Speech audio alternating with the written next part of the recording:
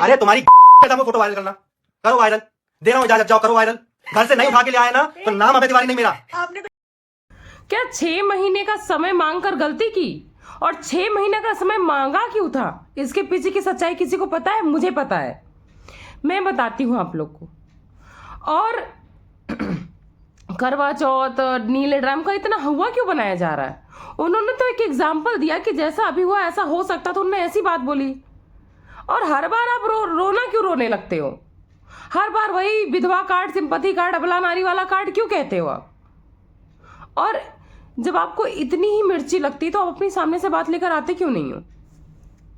तो चलिए भी बताती हूँ मैं सब कुछ, और प्रूफ आप सबके सामने है। अगर आपको रिकॉर्डिंग चाहिए आप मुझे बोलना, मैं रिकॉर्डिंग भी लगा दूंगी। अब तो पक्का लगाऊंगी, जिसको चैनल उड़ाना है उड़ा दे, जिसको स्ट्राइक दे रही है दे दे। अब तो सब लगाएंगे और सारे रिएक्शन वाले लगाएंगे। रिएक्शन वालों को धमकी और दुहाई देना बंद करो। Hey everyone, welcome back to my channel Purnima Kishore blog. और अब सब कैसे हैं? आई होप आप सब बहुत अच्छे से होंगे, मैं भी बढ़िया हूँ। तो चलिए आज का वीडियो स्टार्ट करते हैं। वीडियो स्टार्ट करने के पहले आप लोगों से रिक्वेस्ट करती हूँ कि इस वीडियो के माध्यम से आप चैनल पर नए जुड़े हैं तो चैनल को सब्सक्राइब करिएगा, वीडियो को लाइक करिएगा, फ्रेंड्स मम्मी के साथ शेयर करिएगा और अपनी ओपिनियन कमेंट बॉक्स में जरूर दीजिएगा, क्योंकि हमें आपकी राय की जरूरत होती है ताकि हम भी समझ सकें हम किस पॉइंट पर गलत जा रहे हैं या फिर कौन सा पॉइंट हमसे मिस हो रहा है। और हम अपने कमेंट बॉक्स में सबको आज़ादी देते हैं अपना ओपिनियन रखने, क्योंकि हमारा भी जो ये वीडियो होता है एक तरह kind of point of view ही होता है। चलिए आज का वीडियो स्टार्ट करते हैं। इन्होंने बोला कि हमें से 6 महीने का समय मांगा। मैं 6 महीने का समय देती उस टाइम, मुझे आपकी ज़रूरत थी, मैं 6 महीने का समय देती, इसलिए मैंने शादी को ख़त्म करना, सगाई को तोड़ना सही समझा। रियली? और जो आप सामने वालों को 4 साल से नचा रहे थे उसका क्या? आपसे 6 महीने का समय नहीं बर्दाश्त हो रहा था, सामने वाले को आप पिछले 4 साल से लटका कर रखे थे कि मैं सोचूंगी तो बताऊंगी, क्योंकि आप इधर वाला देख रहे थे कि इधर वाला ज्यादा मालदार है या इधर वाला ज्यादा मालदार है, इधर में मेरा लाइफ अच्छा चलेगा उधर में लाइफ अच्छा चलेगा। इधर वाला तलाक का पूरा प्रेशर बनाया हुआ था कि इधर से फाइनल हो जाए तो मैं इधर ही लपक लूं, अदरवाइज इधर नहीं हो पाया कुछ तो उधर चली जाऊंगी। आपका ये इंटेंशन था सामने से। सामने वाले ने 6 महीने का समय क्यों मांगा था मैं आपको बताती हूँ।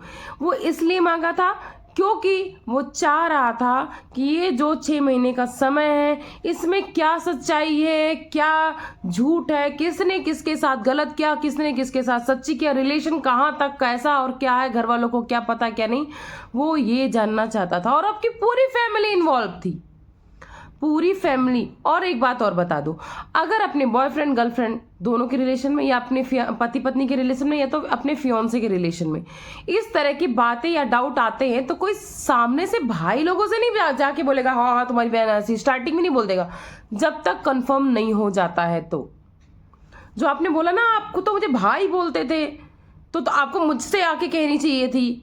अच्छा, आपकी बहन भी तो लप्पू को भाई बोलती थी, उसने क्या क्या नहीं कह दिया। ये नहीं चलेगा। अब नौटंकी नहीं चलेगी। आपने ये बहुत गलत अफवाह वीडियोस फैला फैला कर, अगर आपको और सबसे बड़ी मिर्ची लगी क्यों मैं ये भी बता देती हूँ। मिर्ची इनको इसलिए लगी, इनको शादी नहीं तोड़नी थी। सामने वाले ने जब 6 महीने का समय मांगा था इनको ये लगा कि वो शादी नहीं करना चाहता और इन्होंने अपनी तरफ पूरा अट्रैक्शन खींचने के लिए शादी तोड़ी, सगाई तोड़ी सॉरी। और उसके बाद भी इनके अंदर ये कुलबुलाहट थी कि काश मेरी शादी हो जाती, क्योंकि उसके बाद भी ये कई बार सुमित से कह चुकी हैं क्लियरली, उसने माना भी है और बोला भी है कि आपसे अच्छा पिता उसको नहीं मिल सकता था, आपसे अच्छा फ्रेंड, आपसे अच्छा पार्टनर मुझको नहीं मिल सकता था। और अगर ये थोड़ा सा भी उसकी तरफ झुकाव नहीं रखती ना तो लप्पू इसको छोड़ता नहीं, अब तक लप्पू इसको लेके निकल गया होता। और ऊपर से अपनी काउंसलर, अपनी डॉक्टर से ये प्रेशर बनवा रही थी कि भाई तू शादी कर ले, बहुत अच्छी लड़की है, बहुत अच्छी लड़की है। अपनी पीआर टीम से प्रेशर बनवा रही थी, सुमित तुम अच्छे मर्द हो, अच्छे इंसान हो, तुम राम हो, ये हो वो हो, तो आके शादी कर लो। भाई कोई कब तक राम बनेगा? जब तक सामने वाला लक्ष्मण या भरत बनेगा, सामने वाली सीता बनेगी। राम भी तब शस्त्र उठा लिए थे जब सामने रावण आ गया था, उन्होंने भी शस्त्र का यूज किया था जबकि वो शस्त्र के खिलाफ थे। है ना। लेकिन उनको भी तब शस्त्र उठाना पड़ा था जब सामने रावण आके खड़ा हो गया था। तो अब जब सामने रावणी देवी बनकर खड़ी हो तो भाई सामने वाला कितना चुप रहेगा। और जब इनकी काउंसलर डॉक्टर से, जब इनकी पीआर टीम से शादी की बात नहीं बनी तो ये बंदी बोली अच्छा अब तुम नहीं मानोगे, अब मैं बताती हूँ। तब इन्होंने ये कट कट करके सेकंड्स की वीडियो, 30 सेकंड की, 28 सेकंड की वीडियोस उसकी वायरल करना स्टार्ट कर दी ताकि उनकी इमेज खराब हो सके और वो प्रेशर में आए फिर भागकर इनके पास। और ये नहीं हुआ, सामने वाले ने पूरी की पूरी वीडियो चेप दी, पूरी वीडियो चेप दी। और उस वीडियो में कुछ ऐसा भी था जो आप सबने नहीं सुना। अगर रिकॉर्डिंग चाहिए तो मुझे बताना, मैं पर्सनल एक ब्लॉग में रिकॉर्डिंग डाल दूंगी और मेंशन कर दूंगी, इसमें वो पूरी रिकॉर्डिंग है, मेरे पास वो पूरी रिकॉर्डिंग है अभी भी। अगर आपको चाहिए तो आप लोग जरूर कमेंट बॉक्स में बोलना। उसमें आप देखो कि वो बंदा नर्सरी गया है, गमले खरीद रहा है, प्लांट्स ले रहा है और तब तक पूरा टाल मटोल लगाए हुए, हाँ मैं आया था। तो जैसे ही वो गाड़ी में बैठता है वैसे ही बोलता है अब बोलो क्या बात बोलनी है। और ऐसा वो इसलिए बोलता है कि उसके डैशबोर्ड में कैमरा रिकॉर्डिंग है ताकि आगे की बातें वो अच्छे से रिकॉर्ड करके जगत दीदी को प्रूफ दे सके कि ये तुमको चरा रहा था। और तुम बोल रहे आपने मुझसे नहीं बताया कि वो आपसे बात करता, आपने बताया था सामने वाले से। और जो रिकॉर्डिंग आई है ना, ये लप्पू की रिकॉर्डिंग नहीं है। जो लप्पू की रिकॉर्डिंग आएगी वो जब से गाड़ी में बैठा उसके बाद की रिकॉर्डिंग होगी।